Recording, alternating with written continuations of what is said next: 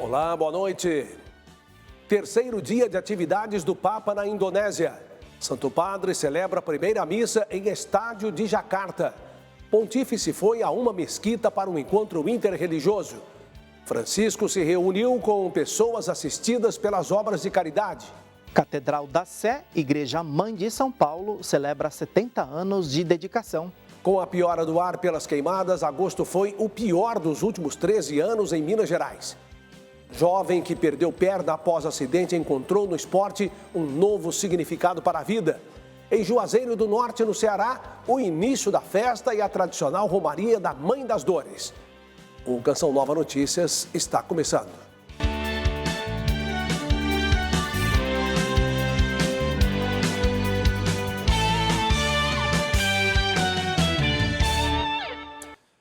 No país com o maior número de muçulmanos do mundo, o Papa Francisco teve agenda cheia nesta quinta-feira. O pontífice participou de um dos momentos mais aguardados, o encontro interreligioso em uma mesquita em Jacarta. Uma curiosidade interessante é que a mesquita fica exatamente em frente à Catedral da cidade e são ligadas entre si pelo chamado Túnel da Fraternidade.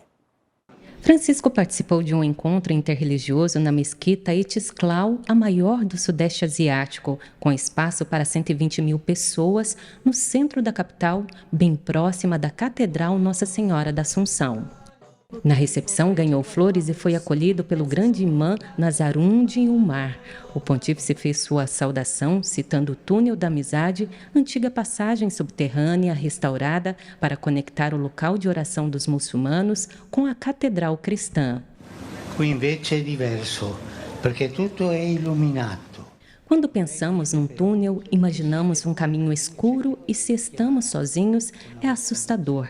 Aqui é diferente, tudo está iluminado. Vocês são a luz que o ilumina, com a amizade, a harmonia e o apoio dado uns aos outros. O Papa ainda acrescentou: temos um papel a desempenhar, ajudar a todos a atravessar o túnel. Assim, ao final da viagem, reconhecemos que ao nosso lado caminha um irmão para compartilharmos a vida. O grande imã expressou sua alegria em receber a visita do Santo Padre na mesquita e declarou: a minha esperança é que o túnel não seja somente um espaço para cristãos e muçulmanos. A ponte da amizade é para todas as religiões e humanidade. Durante o encontro, um trecho do Alcorão foi cantado por uma jovem muçulmana com deficiência visual. Em seguida, foi lido o Evangelho de Lucas. O grande imã fez seu discurso de boas-vindas, em que expressou: Papa Paus Franciscus. Santidade Papa Francisco, é para mim uma grande alegria dar-lhes as boas-vindas à mesquita. No encontro também foi assinada pelos líderes religiosos a Declaração Conjunta de Etisklau 2024, que visa promover a harmonia religiosa pelo bem da humanidade. Logo depois, o Papa fez o seu discurso. Ricordare che questa moschea Gosto de recordar que esta mesquita foi projetada pelo arquiteto Friedrich Silaban, que era cristão e ganhou o concurso. Isso testemunha que na história desta nação e na cultura que aqui se respira, a mesquita e outros lugares de culto são espaços de diálogo, de respeito mútuo, de convivência harmoniosa entre religiões e sensibilidades espirituais diferentes. Nesta perspectiva, cujo símbolo é o túnel subterrâneo, Francisco encorajou o caminho de unidade e harmonia já iniciado. Convidou a todos a olhar sempre com profundidade, a cuidar dos vínculos e promover a harmonia religiosa em favor da humanidade.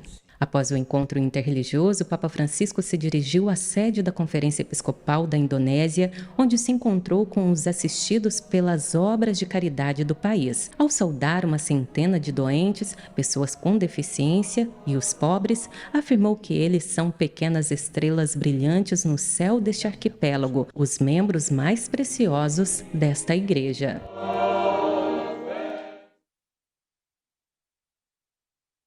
A Catedral da Sé, Igreja Mãe da Arquidiocese de São Paulo, celebra hoje 70 anos de dedicação, como espaço sagrado ao culto divino. Uma missa solene presidida pelo cardeal Odilo Scherer reuniu membros do clero, autoridades civis e centenas de fiéis. perto das 11 da manhã, quando Dom Odilo Scherer fez a chamada entrada pontifical, na igreja que se seguiu com as orações da hora média.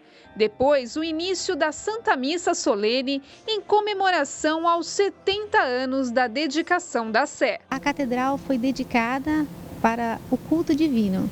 Então, é o dia em que o cardeal Dom Giovanni Piazza, juntamente com outros 3 cardeais, fizeram a dedicação da igreja, ungiram o altar, inseriram as relíquias e fez parte do coração da cidade de São Paulo. Na Santa Missa, bispos e religiosos, além de autoridades civis e o coral da Orquestra Sinfônica do Exército Brasileiro. A Catedral da Sé, dedicada há 70 anos atrás, ela é um grande sinal. E, sobretudo, é o grande lugar, né, onde os arcebispos e cardeais da arquidiocese conduzem o povo de Deus. Como aqui no Sínodo Arquidiocesano foi bem lembrado, Deus habita esta cidade e nós somos suas testemunhas. Então, a presença da catedral é um sinal de que a Igreja de Cristo está nessa grande cidade. Desde o dia 15 de agosto até 17 de novembro, a Catedral da Sé também recebe uma exposição fotográfica que conta um pouquinho de sua história. Por aqui, por exemplo, é possível ver registros da dedicação que aconteceu em 1954. Considerada a igreja-mãe da Arquidiocese de São Paulo, a Catedral da Sé comemora 70 anos de dedicação, sendo um lugar especial, cuja espiritualidade evangeliza na grande cidade. É o marco da cidade, há 70 anos. A beleza arquitetônica simboliza a fé do povo de São Paulo. Dom Duarte, no grande projeto, ele disse: a catedral deve significar a fé do povo paulistano. Passaram santos, né? Algumas pessoas, né, que foram já declaradas santas passaram aqui também. E passaram 2 papas, o Papa São João Paulo II é um deles, né? E também o Papa Bento XVI. Aqui acolheu e ao mesmo tempo testemunhou a fé, a vida santa de tantas pessoas.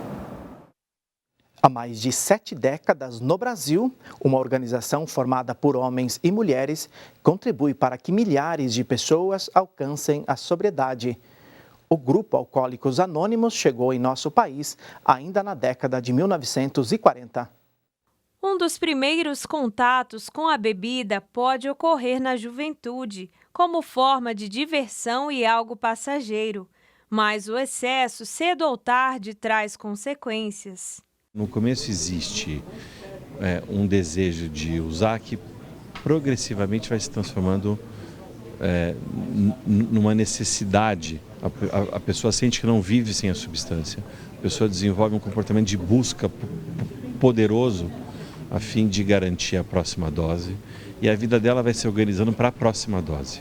Foi em 5 de setembro de 1947 que os Alcoólicos Anônimos iniciaram suas atividades no país, tendo como uma das principais regras o anonimato. Atualmente, o Brasil possui muitos representantes. É importante lembrar que a AR se trata de uma irmandade mundial presente há 89 anos em mais de 180 países. E nós, como parte dessa irmandade, não podíamos deixar de estar aqui abrindo essa comemoração para o público e transmitirmos a mensagem para as pessoas de como a AR funciona, qual que é o nosso propósito, uma vez que essa transmissão da mensagem é o nosso propósito primordial.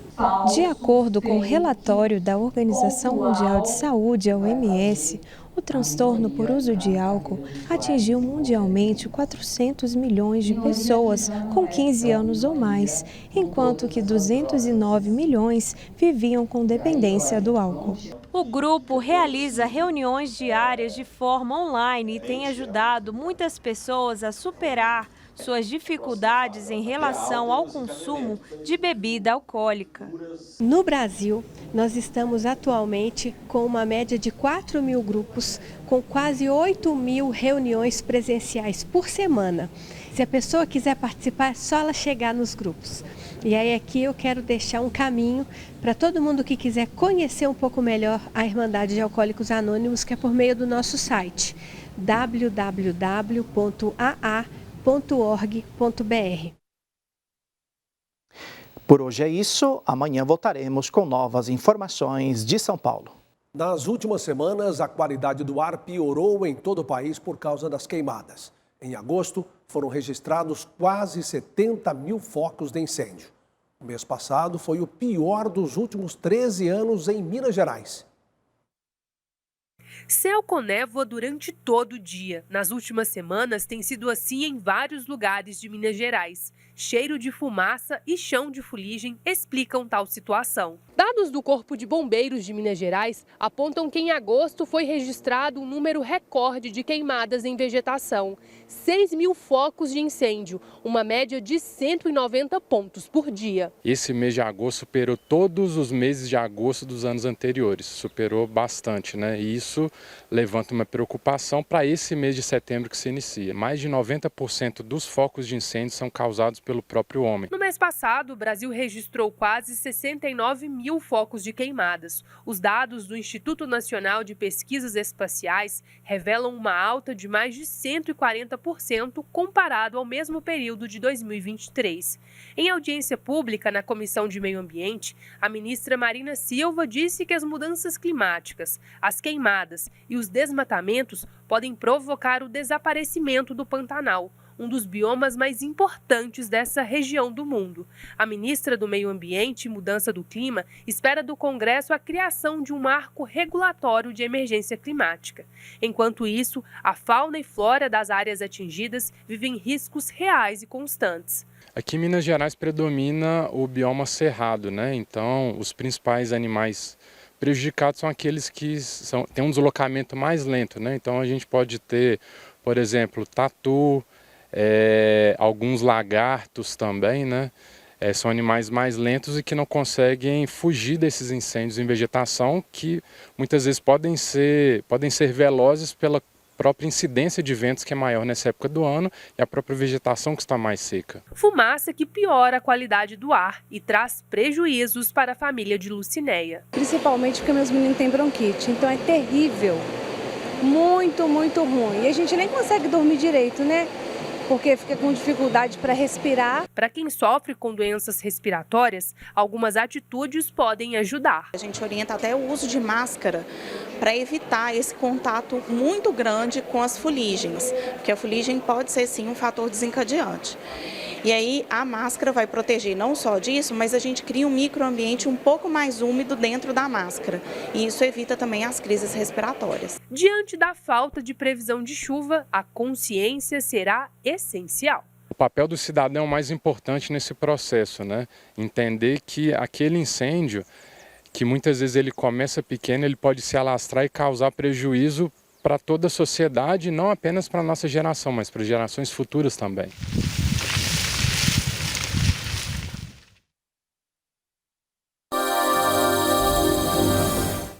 Nos entristece ver que muitos focos de incêndio ainda afetam o país. Vamos conferir como fica o clima na região sudeste? Para esta sexta-feira, boa parte de Minas Gerais segue com calor e clima seco. Nas demais áreas, temperaturas amenas e possibilidade de garoa nas capitais São Paulo e Rio de Janeiro, devido aos ventos do oceano. No sul, queda nas temperaturas com previsão de geada na Serra Catarinense, na Campanha e nos vales do território gaúcho. No norte do Paraná, calor e ar seco. A semana termina quente e muito seca no norte de Mato Grosso do Sul, Mato Grosso e em Goiânia, atingindo os seus 13% da umidade do ar. Chuva passageira na costa leste de Alagoas ao litoral do Rio Grande do Norte, mas deve ter chuva fraca no litoral da Bahia. No restante da região, tempo firme e seco. E pancadas de chuva isolada estão previstas em alguns estados aqui, do norte do nosso país. Vamos dar um giro pelo mapa e conferir as temperaturas? Mínima de 22 graus em Cuiabá, máxima de 40, mínima de 26 em Manaus e máxima de 38. Em Juazeiro do Norte, no Ceará, a igreja local iniciou esta semana a festa e a tradicional romaria da Mãe das Dores. Com o lema Maria, Mãe e Modelo de Oração, a festa começou com uma carreata pelas ruas de Juazeiro do Norte, terra de Padre Cícero Romão. Além dos fiéis, milhares de romeiros são aguardados na cidade até 15 de setembro. Todo ano, com esta carreata, nós convidamos a todos a acordar e vir participar de forma presencial aqui na Casa da Mãe das Dores da Festa de Romaria. É um acordar, é um desperta para você que está distante, para você que está perto. Lembrando que são 16 dias de festa e também de encontro com os romeiros, que são os protagonistas da nossa missão. Na programação, missas, encontro dos romeiros e tardes culturais. É a presença da harmonia entre a religiosidade e a cultura popular local, além da expressão de fé e devoção à Mãe de Deus, Nossa Senhora. Que a grande Mãe de Deus, Maria Santíssima, Nossa Mãe, Nossa Senhora das Dores, nos abençoe, toda a cidade de Juazeiro do Norte, derramando muitas graças, muitas bênçãos. Viva Nossa Senhora das Dores! Nossa Senhora é nossa mãe, né? E eu tenho testemunhos na minha casa que a gente pediu a Nossa Senhora com fé e hoje nós temos milagre de Nossa Senhora. E que o Juazeiro, nessa alegria, como sempre nas romarias, possa a cada dia fazer dessa casa, da nossa casa, a casa dos nossos irmãos romeiros, que vem em busca de alegria, de fé, de esperança. E para mim é sempre uma alegria cantar para eles, ver o romeiro cantando, louvando, agradecendo, não tem coisa melhor. Brasília é sede do Encontro Nacional de Responsáveis de Juventude das Arquidioceses e Dioceses. Entre as abordagens estão as novas formas de comunicação para evangelizar os jovens. A evangelização da juventude foi tratado como tema prioritário na Assembleia Geral da Conferência Nacional dos Bispos do Brasil em abril. A nossa boa nova é linda, é Jesus vive ressuscitado, razão de alegria e de esperança. Como fazer chegar ao coração da juventude? Nos 3 dias de encontro, 250 jovens de todas as regiões do Brasil participaram de palestras e momentos formativos. O principal tema é o uso das novas linguagens como forma de aproximar a igreja das novas gerações. São temas bem importantes porque hoje a realidade juvenil dentro do Brasil é muito diversa. Então nós precisamos tentar, de certa forma, fazer com que todos se conectem. Os participantes partilharam experiências vividas nas comunidades locais. Em uma das dinâmicas, se reuniram em grupos com pessoas de outros estados. A juventude faz um retiro e movimenta 150 jovens. Nós, que somos coordenadores e lideranças dentro das juventudes, precisamos estar a par também desse ambiente que o jovem hoje habita. É um fórum onde a gente vai trabalhando esse processo de animação da evangelização das juventudes no nosso país, né? O padre da Diocese de Blumenau avalia o encontro como encorajamento para a juventude enfrentar os desafios de evangelizar na era da transformação digital. Principalmente para que nós possamos entender e compreender de que nós não estamos sozinhos, mas que a igreja ela olha para nós como jovens e também nos encoraja a nós levarmos o amor de Deus para todos os jovens, para todas as pessoas e principalmente para aqueles que mais necessitam, sejam nas suas dimensões humanas, nas questões afetivas, mas se aproximar daqueles que são os jovens da nossa atualidade, das nossas dioceses, nos ouvindo e também nos acolhendo como somos. A igreja faz memória hoje de Santa Madre Teresa de Calcutá, conhecida como a mãe dos pobres e serva incansável do Senhor. Na cidade alagoana de Arapiraca, tem festa na paróquia Santa Madre Teresa de Calcutá. Tema da festa: em oração com Madre Teresa. Façamos nosso caminho sinodal, comunhão, participação e missão. O lema foi inspirado em uma oração da santa: Senhor, ajuda-me a derramar tua fragrância aonde quer que eu vá. A comunidade paroquial vive intensamente este período de celebração. A festa começou no domingo 25 de agosto de 2024 e termina hoje, dia 5 de setembro, data em que a igreja recorda o legado de Santa Teresa de Calcutá, uma mulher que dedicou vida e servir aos mais necessitados. De uma igreja de comunhão, de participação em missão, e destaco justamente a paixão de Madre Teresa por Jesus Cristo, a sua afeição à igreja e a sua caridade para com todos, mas sobretudo com os excluídos, os caídos à beira do caminho. Santa Teresa de Calcutá, fundadora das Missionárias da Caridade, é lembrada por ações de misericórdia e defesa das famílias e dos pobres. Ela dizia: se de verdade queremos que haja paz no mundo, comecemos por nos amarmos uns aos outros no seio das nossas próprias famílias.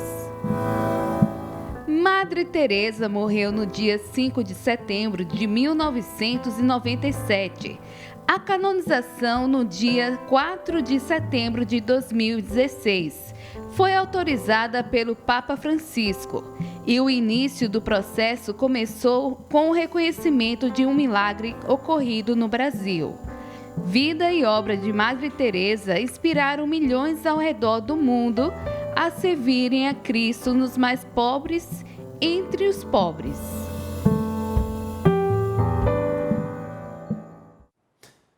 A notícia de que um dos membros do corpo precisa ser amputado após um grave acidente é impactante.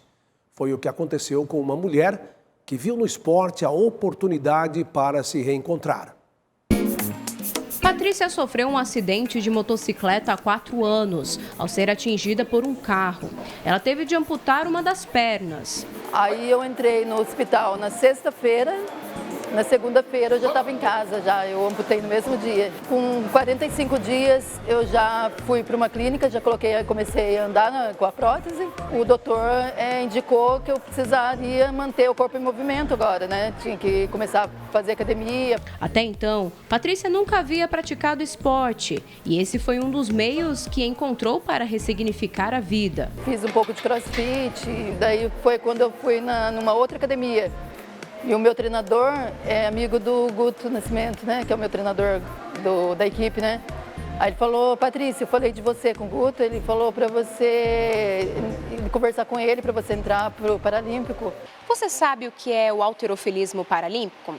A prática consiste no levantamento desta barra de aço, onde o atleta deve suportar a maior carga que conseguir, obedecendo os comandos do treinador. Depois, ele deve descer a barra, voltando à posição inicial. E o halterofilismo tem uma característica muito especial, porque todas as modalidades paralímpicas, a grande maioria, elas são divididas pelo tipo de deficiência. Então, o cego nunca vai competir contra um cadeirante, que nunca vai competir contra um amputado. Mas no halterofilismo, a categoria é dividida por peso. Então, não importa qual é a deficiência. Brás recebeu o diagnóstico de câncer na perna esquerda aos 2 anos de idade. Esteve no hospital por diversas vezes, até que uma de suas pernas foi amputada. A clínica que eu faço a protetização é em Campinas. E eu cheguei em Campinas um dia para fazer e, por coincidência, estava a Paty lá, que faz parte do time de para-atletas aqui de Taubaté também. Quando ela me viu, ela falou assim: você já faz algum esporte? Eu falei: não faço nada, agora eu não estou fazendo mais nada. Ela falou: já pensou em iniciar no halterofilismo e tal? Eu falei: não, nunca fiz nada disso. Ela falou: fala com o Guto lá, e passou o contato do Guto para mim. Eu entrei em contato com o Guto, ele falou: vem aqui pra gente ver. Eu peguei e fiz a primeira aula, a segunda quase que eu desisti, porque o negócio é pesado. Mas assim, foi muito legal. Eu insisti, continuei fazendo. Daí agora, esse ano, já participei do meu primeiro meeting paralímpico. No gesto de humanidade e esperança, Guto deixa a mensagem. Para mim, a grande vitória é essa. É um cara que deveria estar em depressão em casa e vem para cá e dá risada e brinca com todo mundo. Para mim não importa se vai levantar muito peso, pouco peso, se vai ser um super atleta. Para mim o importante é que ele venha e entenda que o esporte é para ele uma segunda chance.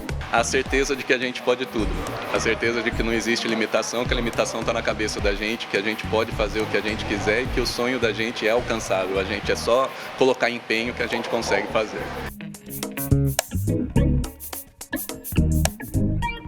Cerca de 80 mil pessoas lotaram o estádio em Jakarta, na Indonésia, para participar da Santa Missa com o Papa Francisco. Foi o último compromisso do pontífice no país. Amanhã o Santo Padre segue para Papua Nova Guiné, onde cumprirá a segunda etapa de sua viagem à Ásia e Oceania. Fim de tarde em Jakarta. Fiéis indonésios e de países vizinhos participam da primeira missa pública com o Papa Francisco, que centrou a homilia na Palavra de Deus. O pontífice apresentou a palavra como bússola para o caminho que nos reconduz ao verdadeiro sentido da vida e explicou que escutá-la e vivê-la são duas atitudes fundamentais. A palavra do Senhor não pode permanecer uma linda ideia abstrata ou suscitar apenas a emoção de um momento. Ela exige-nos que mudemos o olhar, que deixemos o coração transformar-se à imagem do de Cristo. Ela chama-nos a lançar corajosamente as redes do Evangelho no meio do mar do mundo. Francisco explicou que o Senhor nos pede para sairmos das margens paradas, dos maus hábitos, medos e mediocridade e ousarmos uma vida nova. Reconheceu que existem obstáculos, mas indicou a atitude de Pedro, que depois de uma noite sem pescar nada, confiou na palavra do Senhor, lançou novamente as redes e contemplou o milagre da barca cheia de peixes.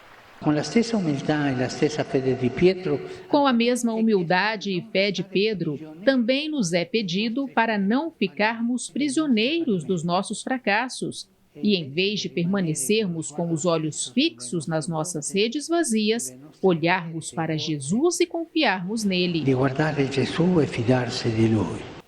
Ao ler esse trecho da homilia, o Papa, de forma espontânea, insistiu para que ninguém pare no próprio fracasso, mas, ao contrário, olhe para Jesus.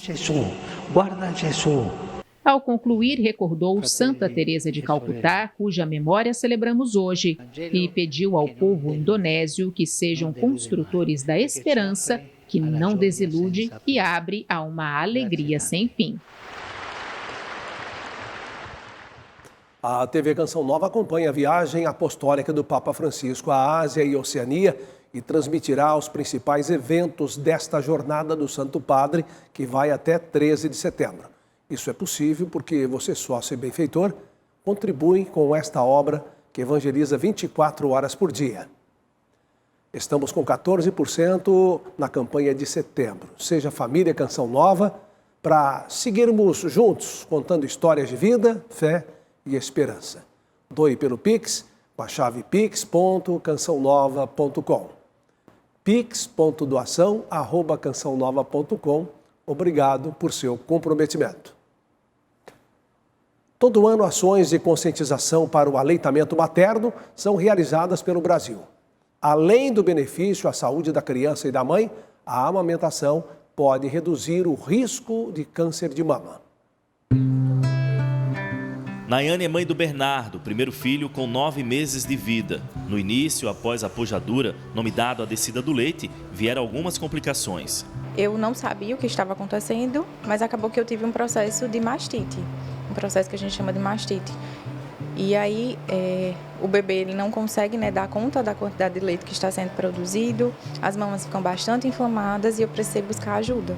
Após buscar orientação de um profissional diagnosticada com mastite, após o tratamento, hoje, Nayane amamenta o Bernardo com tranquilidade e sem dores. Além de vários benefícios, a amamentação pode reduzir o risco de câncer de mama em 4,3%. Então, existem algumas alterações hormonais que levam à maturação das células mamárias que fazem com que a mama produza leite. Então, a gente considera que a célula mamária ela só atingiu o máximo da sua maturidade, ela só se desenvolve completamente quando há essa produção de leite. Então, quando a mulher não amamenta, mulheres que nunca amamentaram, elas têm células que têm elas são mais indiferenciadas, elas são células que não estão maduras e têm uma capacidade de proliferar maior. A Organização Mundial da Saúde recomenda o aleitamento materno como alimento exclusivo para o bebê até os 6 meses de vida, podendo ser estendido até 2 anos ou mais. Quanto maior o tempo de amamentação, melhores são os indicadores de saúde para a mãe e bebê. A amamentação ela faz com que crie esse vínculo, um vínculo mais forte com o bebê, né? Ela ajuda no processo de emagrecimento, ela orienta a mulher a ter uma dieta mais regular, porque você tem que se preocupar o que vai ter no seu leite para você passar para o seu filho. Então, você vai se alimentar melhor da mãe para o filho, vai trazer proteínas, vai trazer carboidratos, vai trazer alimentos selecionados pelo próprio corpo da mãe para poder proteger e alimentar essa criança. Hoje o Bernardo ele está com 9 meses, né? Com 6 meses eu introduzi alguns alimentos, mas a principal fonte de nutrição dele permanece sendo leite e eu vou continuar amamentando até quando der. A Igreja Católica promove em setembro ações para celebrar a Sagrada Escritura. Por meio da Canção Nova, o padre Jonas Habib criou o método A Bíblia no Meu Dia a Dia e popularizou o estudo bíblico no país. O livro mais vendido do mundo detalha a palavra de Deus. Para alguns ele era complexo. E aí entra Padre Jonas. Bem no início da Canção Nova, ele convidou 12 jovens e teve uma bela inspiração. Para eles poderem vir e viver em comunidade e entregar toda a vida a Deus, era preciso que a palavra de Deus regesse a vida deles. Então, naquele dia, simplesmente com cartazes, eu fui explicando a eles como ler a Bíblia e como fazer um diário espiritual. Por meio dessa receita guiada pelo livro com mais de 50 edições, os católicos conseguiram estudar a Bíblia. Vocacionada à comunidade, Nathalie diz que o método foi certeiro no discernimento de sua vida vocacional. Tanto quando eu estava fazendo o caminho no Paraguai, tanto aqui na imersão, porque na verdade é Deus falando mesmo com as pessoas. Pessoalmente, eu posso dizer que em cada estudo bíblico que eu faço, por mais que eu já tenha feito aquela passagem, Deus tem sempre uma coisa nova. Para fazer um bolo bem gostoso, precisa de ingredientes, né? Sim. E aqui nós temos uma mesa, nós não vamos fazer um bolo, mas nós vamos entender como é esse estudo bíblico, esse método que é fornecido pelo padre Jonas Habib. Explica para a gente quais são os ingredientes desse método. Os ingredientes desse método. É muito bom você falar em ingredientes, que o padre Jonas fala realmente isso. E aqui, nesse livrinho do método, é uma receita de bolo. Se você seguir, vai sair um bom bolo daqui. E quais são os ingredientes? Primeiramente, a Bíblia, né?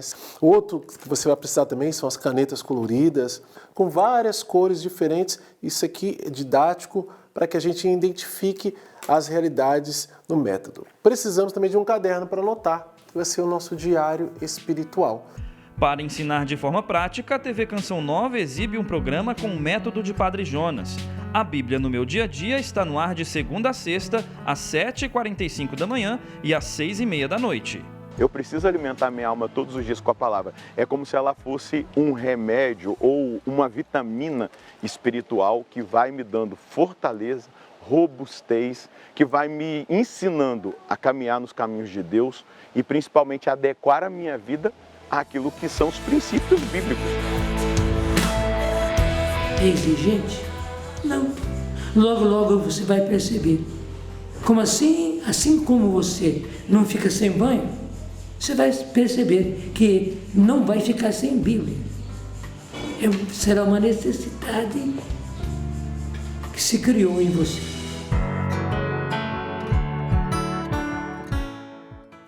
E assim encerramos a edição de hoje do Canção Nova Notícias. Assista a seguir a transmissão da Santa Missa direto de Brasília. Às 9h tem Escola da Fé e às 10h Além da Notícia com Ronaldo da Silva. Boa noite, paz para você.